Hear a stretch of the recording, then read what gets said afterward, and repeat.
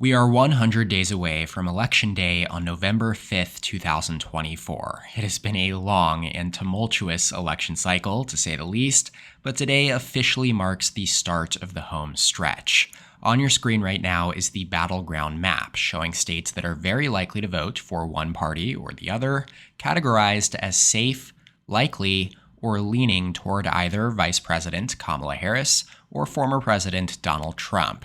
These ratings are based on a combination of factors, including polling, past results, betting odds, expert ratings, economic models, demographics, and recent trends. There's always a chance that the states categorized as likely or leaning here could become more competitive by Election Day, potentially flipping in a landslide scenario. But current national polling does suggest that we are headed for a competitive election. Trump leads Harris by 2 percentage points according to Decision Desk HQ in the Hill's average of 85 polls. Harris has gained significantly on Trump since a disastrous debate in late June sparked calls for President Joe Biden to step aside. Meanwhile, Real Clear polling shows Trump leading by 1.7%. Now, both averages do indicate that Harris is performing better against Trump than Biden was, and this comes before Harris announces her VP pick next week and the Democratic convention later in August.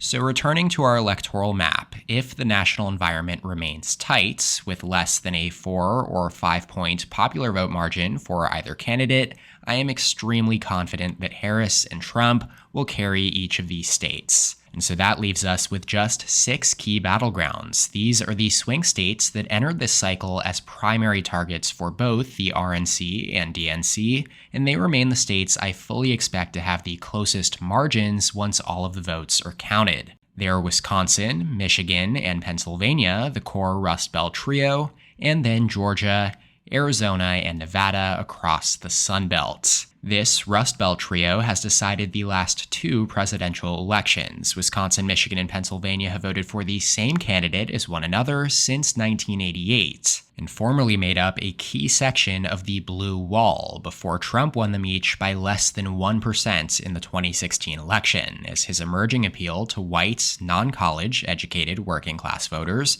in these states and the broader Midwest region, including the 2-time Obama states of Ohio and Iowa, helped to secure his 2016 victory. If Hillary Clinton had retained just these 3 upper Rust Belt states for the Democrats in that election, Trump would never have been elected president. Then in 2020, though, riding off of his appeal as the most, quote, electable candidate in the Democratic primary, Joe Biden flipped enough white working-class voters who had supported Trump 4 years earlier to return these states into the Democratic column. Again, though, had Trump held them in his camp in that race, he would be serving a second term right now.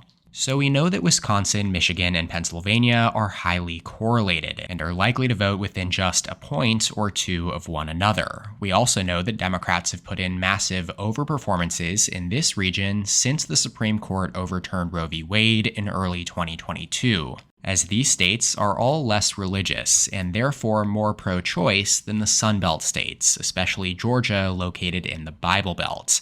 Democrats swept the competitive governor races in all 3 states here in 2022 and outperformed the polls in key Senate and House races as well. This effect was less pronounced across the Sun Belt, where Trump has consistently performed better in 2024 polling against Biden and Harris than in the Rust Belt.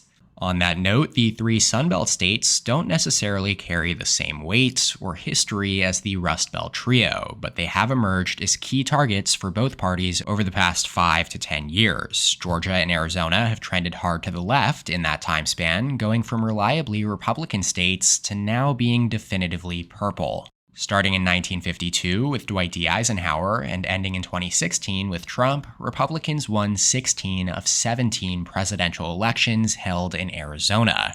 But then in 2020, Joe Biden won by 0.3% here 4 years ago, becoming the first Democrat to carry the Grand Canyon state since Bill Clinton in 1996. 49.4% to 49.1%. This was the second closest state in the 2020 election, behind only Georgia, which Biden carried by 0.2%, also becoming the first Democrat to carry the Peach State since Bill Clinton in 1992. Both states' leftward swings can be attributed to the rapid growth and diversification of their two major metro regions, Atlanta in Georgia and Phoenix in Arizona. These are two of the fastest growing cities in the United States, attracting a large number of college grads looking for work from left-leaning areas of the country. And this, combined with an increase in turnout among Black and Hispanic voters, two more left-leaning demographics, helped push Biden over the edge in 2020. And this has since been followed up by a series of Democratic wins down the ballot in both states as well. Democrats have now won the last 3 U.S. Senate races in Arizona, as well as the most recent gubernatorial contest in 2022. Meanwhile, in Georgia, Democrats flipped both U.S. Senate seats in the high-profile runoffs following the 2020 election in January of 2021, and then followed that up with another U.S. Senate victory in 2022, although they did fall short in the governor's race. As for the state of Nevada now, 6 electoral votes. It's the smallest battleground in terms of population, and therefore the least electorally significant. Unlike Arizona and Georgia, though, Nevada has trended to the right in recent years, as Republicans have made gains among Hispanic voters, a key racial demographic here. Plus the fact that Nevada ranks 44th out of the 50 U.S. states in terms of the proportion of residents with a college degree. That is the lowest of any state that Biden won in 2020. And it is significant because voters with a college degree do tend to lean left, while those without lean right, and that divergence has grown at an astronomical rate in the Trump era. Joe Biden did carry Nevada by 2.4% in 2020, an identical margin to Hillary Clinton in 2016, which actually means that Nevada trended to the right at the state level between those elections relative to the nation at large, since Biden won the national popular vote by a greater margin than Clinton. And then in 2022, in the midterms, Republicans followed that up with a flip of the governor's office, and they came within a point of unseating a reasonably popular Democratic incumbent senator as well. Not to mention, they received more votes across Nevada's 4 U.S. House races for the first time in decades. So that is the lay of the land in these individual states. Like I had touched on earlier, Trump has consistently polled better against Biden in Nevada, Arizona, and Georgia than in Pennsylvania, Michigan, and Wisconsin. And this has carried over to the polls with Harris as well. At the time of recording this video, Trump leads Harris by an average of 8.6%, based on 4 polls in Nevada per Decision Desk HQ. He also leads by 4.4% in Georgia, based on 10 polls surveyed here, 48.3% to 43.9%, and then over in Arizona, Trump's lead is at 6.4% based on 6 polls, with 51.1% to 44.7%. So across these 3 Sunbelt states, Trump leads by an average of 6.5 points based on a total of 20 polls. Comparing that to the Rust Belt trio, Trump's lead in Wisconsin is only 0.6% based on 7 polls, 49.1% to 48.5%, very much within the margin of error here.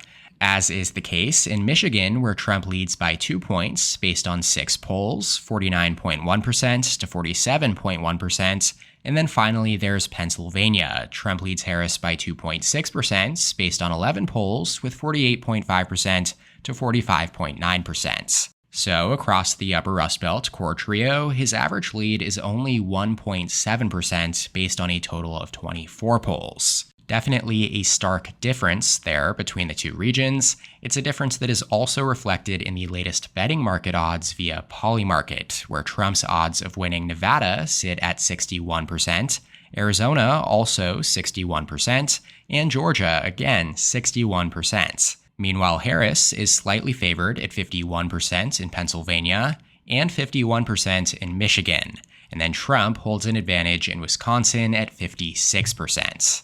Now, if you're wondering why Trump has better odds in Wisconsin than in Michigan and Pennsylvania, even though he's polling the worst in Wisconsin, it's important to note that the former president has been underestimated in the polls by a greater margin here in Wisconsin than in any other state in both 2016 and 2020. The Badger State ultimately did vote to the right of Michigan and Pennsylvania in those elections as well. Alrighty, now with all of the factors that we have gone over today in mind, my prediction for how the 2024 Electoral College map will look 100 days from now: Nevada tilts towards Trump, Arizona also tilts towards Trump, and so does Georgia. I think Trump pulls off victories ranging from 0.1% to 2% in all three. I think the same can also be said of Pennsylvania. It tilts towards Trump, and the state of Wisconsin. Michigan, on the other hand, tilts towards Kamala Harris. Again, I expect the margins in each of these races to be extraordinarily narrow.